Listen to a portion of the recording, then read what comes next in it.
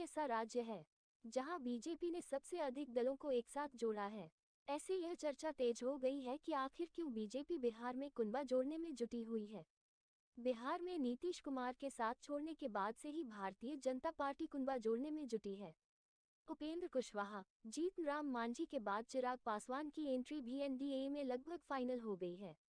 18 जुलाई को राष्ट्रीय जनतांत्रिक गठबंधन की बैठक में चिराग शामिल होंगे। प्रधानमंत्री नरेंद्र मोदी इस बैठक की अध्यक्षता करेंगे। सब कुछ ठीक रहा तो बिहार में पहली बार बीजेपी लोकसभा चुनाव में 5 पार्टियों के साथ मिलकर लड़ेगी। इनमें लोजपा, रालोजपा, हमसे और आरएलजेडी प्रमुख है। बिहार में एनडीए का मुकाबला विपक्षी महागठबंधन से है, जिसका नेतृत्व नीतीश और लालू कर रहे हैं। महाराष्ट्र के बाद बिहार ही ऐसा राज्य है जहां एनडीए के पास सबसे अधिक सहयोगी है।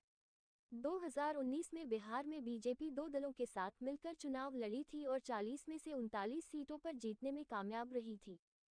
ऐसे में दिल्ली से पटना तक यह चर्चा तेज है कि बिहार में बीजेपी इस बार अधिक सहयोगियों को क्यों जुटा रही है। इस स्टोरी में बिहार की सियासत, समीकरण और बीजेपी की रणनीति को विस्तार से जानने की कोशिश करते हैं। बीजेपी के लिए बिहार महत्वपूर्ण क्यों? 3 वजह। 1, विपक्षी एकता की मुहिम यहीं से शुरू हुई। जुलाई 2022 में बीजेपी से गठबंधन तोड़ने के बाद नीतीश कुमार ने विपक्षी एकता की मुहिम शुरू की। नीतीश के इस अभियान को खूब समर्थन भी मिला। देश की 15 पार्टियां एक साथ पटना में बैठक की और बीजेपी से लड़ने की बात कही। विपक्षी मोर्चे में शामिल दल 14 राज्यों में काफी मजबूत स्थिति में है। इन दलों का वोट प्रतिशत भी 48% के आसपास है। विपक्षी एकता का ही नतीजा है कि बीजेपी भी एनडीए की मीटिंग कर रही है। विपक्षी एकता के रणनीतिकार लालू यादव और नीतीश कुमार माने जा रहे हैं। 2, यहां पर लोकसभा की 40 सीटें, बिहार में लोकसभा की 40 सीटें हैं। यहां से अधिक लोकसभा सीटें सिर्फ यूपी 80, महाराष्ट्र 48 और पश्चिम बंगाल 42 में हैं।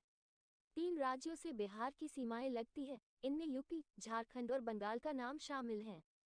यहाँ की 10 सीटें पर भी बिहारी वोटर्स जीत हार तय करते हैं, यानी लोकसभा की कुल 50 सीटों पर बिहारी वोटरों का दबदबा है। गठबंधन पॉलिटिक्स के दौर में बीजेपी के लिए ये सीटें काफी अहम हैं। 2019 में एनडीए को बिहार में लोकसभा की 39 सीटों पर जीत मिली थी। 3, हिंदी पट्टी में मुद्दा तय करता है। बिहार आजादी के वक्त से ही देश की सियासत पर बिहार का दबदबा रहा है। इंदिरा की सरकार हटाने के वक्त भी बिहार ने ही मुद्दा तय किया था। अक्टूबर 2013 में पटना बम ब्लास्ट के बाद नरेंद्र मोदी के पक्ष में हवा बनी थी। कुल मिलाकर कहे तो बिहार हिंदी बेल्ट में चुनावी मुद्दा तय करते में सबसे आगे रहता है। आगामी चुनाव के लिए विपक्ष ने जातीय जनगणना को एक बड़ा मुद्दा बनाया है। इसका शिगुफा भी बिहार से ही छोड़ा गया है। 4 नेता साथ आए, इनकी कितनी ताकत। चिराग पासवान, पूर्व केंद्रीय मंत्री रामविलास पासवान के बेटे चिराग पासवान वर्तमान में जमुई सीट से सांसद हैं। 2021 तक संयुक्त लोजपा के अध्यक्ष थे, लेकिन उनके चाचा पशुपति पारस ने पार्टी तोड़ दी। पशुपति अभी मोदी कैबिनेट में मंत्री हैं। लोजपा का बिहार में दलित सीटों पर मजबूत जनाधार है। 2014 और 2019 के चुनाव में लोजपा खुद बिहार की 6 सीटों पर जीत हासिल की, साथ ही 6-7 सीटों पर बीजेपी की मदद भी की। लोजपा का खगड़िया, मधेपुरा, वैशाली, मधुबनी, बेगूसराय, जमुई, समस्तीपुर और बेतिया में मजबूत जनाधार है। वहीं क्षेत्रीय नेताओं के सहारे लोजपा ने जहानाबाद, बक्सर और सीवान में भी अपनी पैठ बनाई है। पार्टी टूटने के बाद से ही चिराग पासवान लोगों के बीच है। लोजपा का कोर वोटर पासवान है, जिसकी आबादी 4-5% के आसपास है। उपेंद्र कुशवाहा, हाल ही में पूर्व केंद्रीय मंत्री उपेंद्र कुशवाहा ने जेडीयू से अलग होकर राष्ट्रीय लोक जनता दल का गठन किया है। कुशवाहा ने तीसरी बार खुद की पार्टी बनाई है।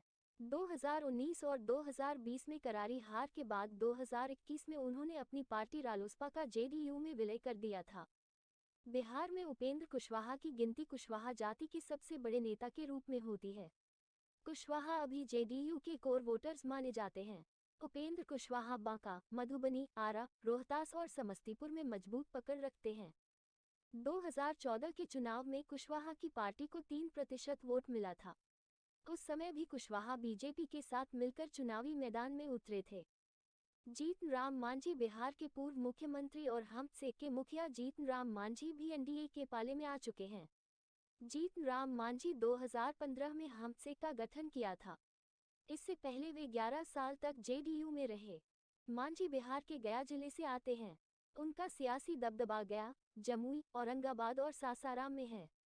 2015 के चुनाव में मांझी की पार्टी को करीब 2% वोट मिला था, जो पार्टी का रिकॉर्ड है। 2020 में हम को 0.89% वोट मिले, जबकि 4 सीटों पर जीत हुई। मांझी बिहार में मुसहर समुदाय के सबसे बड़े नेता हैं। जीतन राम मांझी के मुताबिक बिहार में मुसहर जातियों की आबादी करीब 55 लाख है। हालांकि सरकारी आंकड़े में यह 30 लाख से कम है।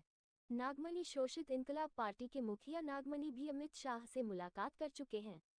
नागमणि बिहार के बड़े पिछड़े नेता रहे बाबू जगदेव प्रसाद के बेटे हैं। जगदेव बाबू को बिहार का लेनिन भी कहा जाता है। उनका नारा 100 में 90 शोषित हैं, 90 भाग हमारा है, आज भी खूब पॉपुलर है। नागमणि कुशवाहा बिरादरी से आते हैं। अटल बिहारी सरकार में मंत्री रहे नागमणि की पकड़ पाटलिपुत्रा, जहानाबाद और बिहार झारखंड बॉर्डर से जुड़े इलाकों में है। मुकेश सहनी पर भी बीजेपी की नज़र। इन 4 नेताओं के अलावा बीजेपी की नज़र मुकेश सहनी पर भी है।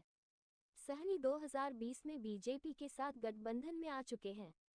सहनी बिहार में निषाद समुदाय के बड़े नेता है।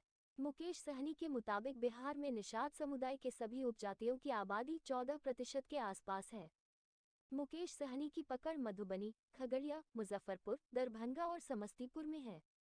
2019 में मधुबनी, मुजफ्फरपुर और खगड़िया में सहनी की पार्टी चुनाव लड़ भी चुकी है।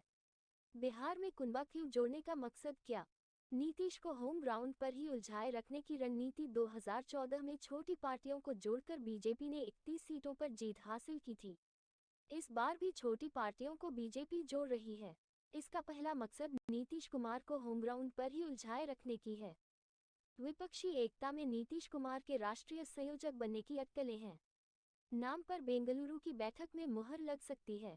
बात बिहार की करें तो यहाँ भले और कांग्रेस का मजबूत जोड़ है, लेकिन लोकसभा चुनाव का मुद्दा अलग होता है। नीतीश कुमार भी यह जानते हैं, इसलिए बीजेपी की रणनीति है कि छोटी पार्टियों का मजबूत गठबंधन खड़ा कर दिया जाए, जिससे गठबंधन पॉलिटिक्स के माहिर खिलाड़ी नीतीश को मात दिया जा सके। नीतीश अगर इसकी काट खोजेंगे तो राष्ट्रीय स्तर पर कम समय देंगे, जिसका फायदा सीधे बीजेपी को मिलेगा। ओबीसी विरोधी छवि तोड़ने में मददगार बिहार में नीतीश कुमार की महागठबंधन सरकार जाति सर्वे का आदेश दे चुकी है। माना जा रहा है कि इस सर्वे के बाद ओबीसी और दलित समुदाय की ओर से हिस्सेदारी बढ़ाने की मांग तेज हो सकती है। इसी डर से केंद्र जाति जनगणना नहीं करवा रही है। विपक्षी एकता की मीटिंग में भी जातीय जनगणना के मुद्दे को पुरजोर तरीके से उठाने की बात पर सहमति बन चुकी है। राजनीतिक जानकारों का मानना है कि बीजेपी के कमंडल पॉलिटिक्स के जवाब में विपक्ष का यह मंडल 2 है। बिहार समेत देश में पिछड़ों की हिस्सेदारी की मांग अगर तेज होती है, तो ऐसे में महागठबंधन बीजेपी की छवि ओबीसी विरोधी बनाने की कोशिश करेगी। इसी रणनीति को अचूक करने के लिए बीजेपी छोटे छोटे ओबीसी नेताओं को साथ ला रही है। महाराष्ट्र के बाद बिहार ही ऐसा राज्य है जहां बीजेपी ने सबसे अधिक दलों को एक साथ जोड़ा है। ऐसे यह चर्चा तेज हो गई है कि आखिर क्यों बीजेपी बिहार में कुनबा जोड़ने में जुटी हुई है।